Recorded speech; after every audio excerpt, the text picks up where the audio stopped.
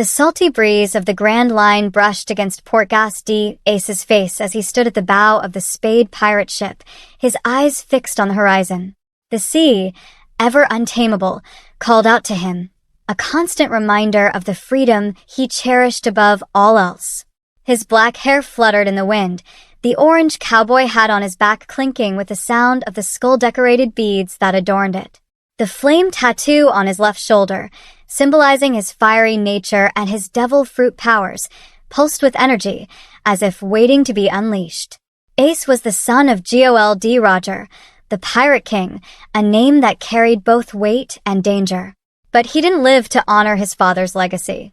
No, Ace had forged his own path, one that burned with a desire for freedom, loyalty, and an unwavering love for his brothers.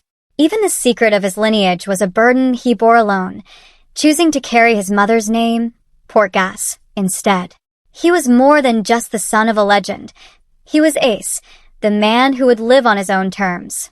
On this particular day, the Spade Pirates were on the trail of a new adventure. Rumors had reached Ace of a mysterious island far beyond any known route, hidden in the ever-shifting clouds of the New World.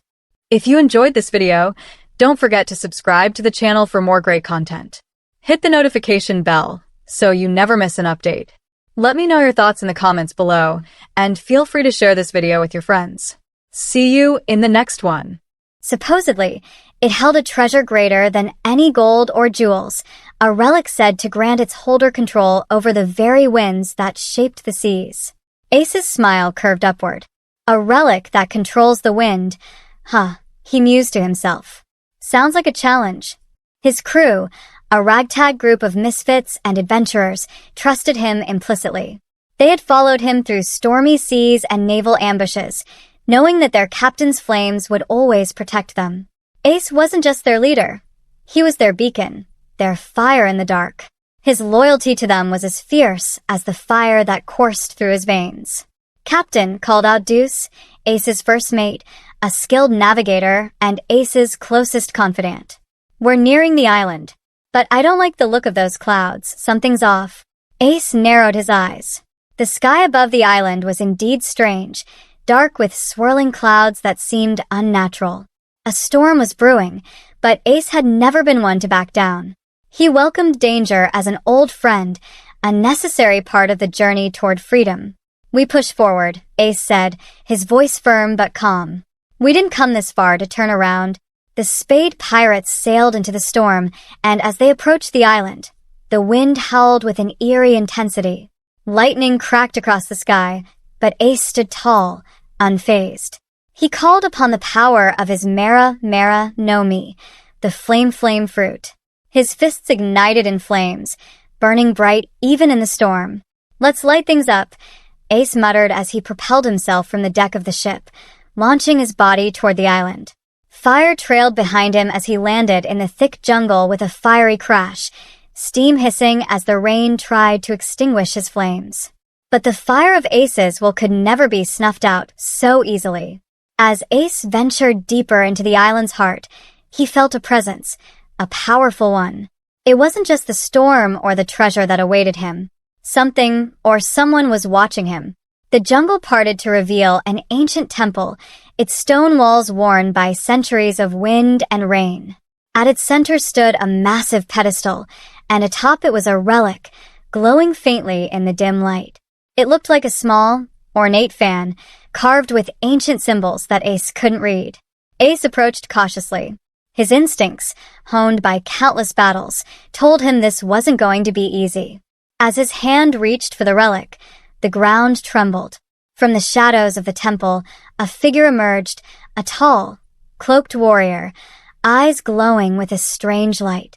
"You dare seek the wind relic," the figure hissed. "Many have tried. All have failed."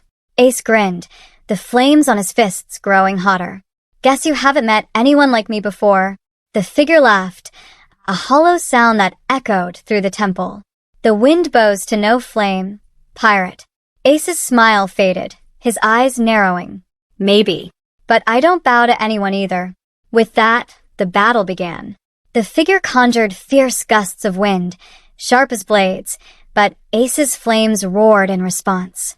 The wind swirled around him, but instead of weakening, Ace only grew stronger, his body turning into pure fire. He attacked with blazing fists and scorching waves of flame, but the wind figure dodged and countered, its control over the air making it almost untouchable. For a moment, it seemed as though the wind might truly snuff out the flame. But Ace, ever resilient, found his opening. He channeled his power into a single, blazing attack, Heiken, the Fire Fist. His arm turned into a massive column of fire, and with a roar, he launched it at the wind spirit. The flames engulfed the figure, burning hotter than anything the wind could extinguish. The spirit screamed as it was consumed, and the winds around the island suddenly died down. Silence filled the temple. Ace stood victorious, his flames still flickering around him. He walked to the pedestal, grabbed the relic, and held it in his hands. "Looks like the wind might be free now, too," he said quietly, his smile returning. Back on the Spade pirate ship, Ace's crew cheered as he returned, holding the wind relic high above his head.